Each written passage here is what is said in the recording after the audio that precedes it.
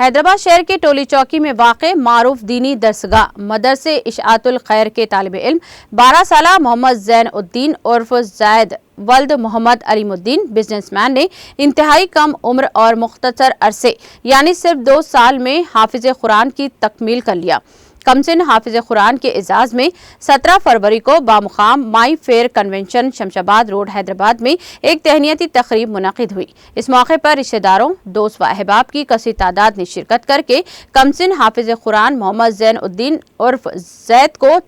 تحائف پیش کرتے ہوئے کم عمری اور کم وقت میں حافظ قرآن بننے پر انہیں مبارکباد دی۔ اس دوران مولانا عبداللہ طیب قاسمی نے عظمت قرآن کے عنوان پر تفصیلی روشنی ڈالی۔ اس موقع پر کمسن حافظ قرآن محمد زین الدین کے والد محمد علیم الدین اور نانا سابق ضلع پریشد کوآپشن ممبر و سینئر کانگریس قائد محمد عبدالرشید مدینہ نے مہمانوں کا خیر مقدم کیا۔ تقریب میں سابق رکن پارلیمنٹ ظہیر آباد سریش کمار شیٹکار، سابق ZPTC رکن نگیش کمار شیٹکار، مہمان خصوصی کے علاوہ مدینہ برادران محمد عبدالوحید طاہر مدینہ، محمد عبدالمعیز مدینہ، محمد عبدالمقید مدینہ، محمد عبدالساجد مدینہ، ریٹائرڈ تحصیلدار محمد شبیر علی، محمد جاوید علی کانٹریکٹر، کانگریس قائدین میر اشفاق علی، محمد سلطان احمد، محمد عبدالقیوم عرف ممتاز،